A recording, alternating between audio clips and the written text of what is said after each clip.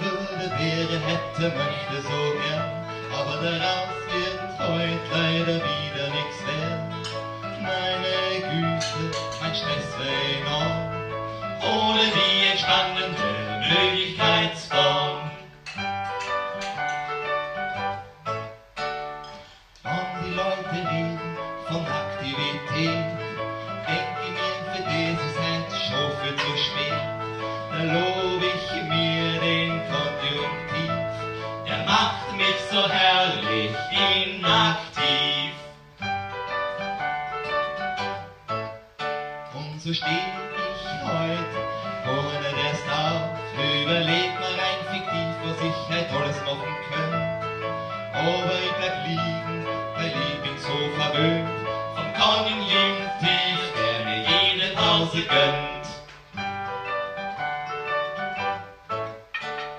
Ich könnte, würde, wäre, hätte, möchte so gern, aber daraus wird heute leider wieder nichts werden.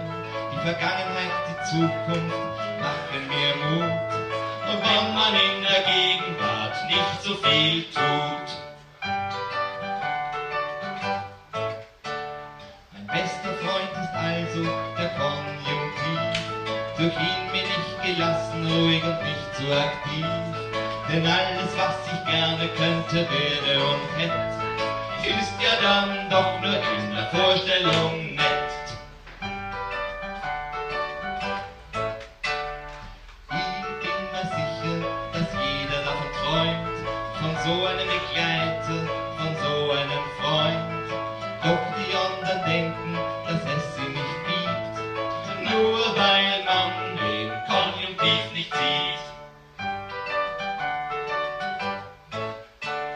Für mich ist es absurd, weil ich ihn schon so lang kenn, und ich glaube nicht, dass ich mich deine Illusion verrenn. Das ist ja wohl die älteste Geschichte, wenn man was nicht sieht, dann glaubt man es nicht.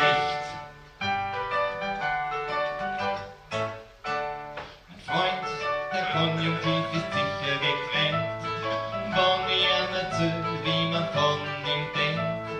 Aber mein bester Freundschaftsbeweis ist, dass ich zu ihm stehe und dass das weiß. Ich könnte, würde, wäre, hätte, möchte so gern, aber daraus wird heute leider wieder nichts werden. Oh, ich lobe dich, mein Konjunktiv, du machst mich so herrlich inaktiv. Ja, du machst mich so herrlich inaktiv.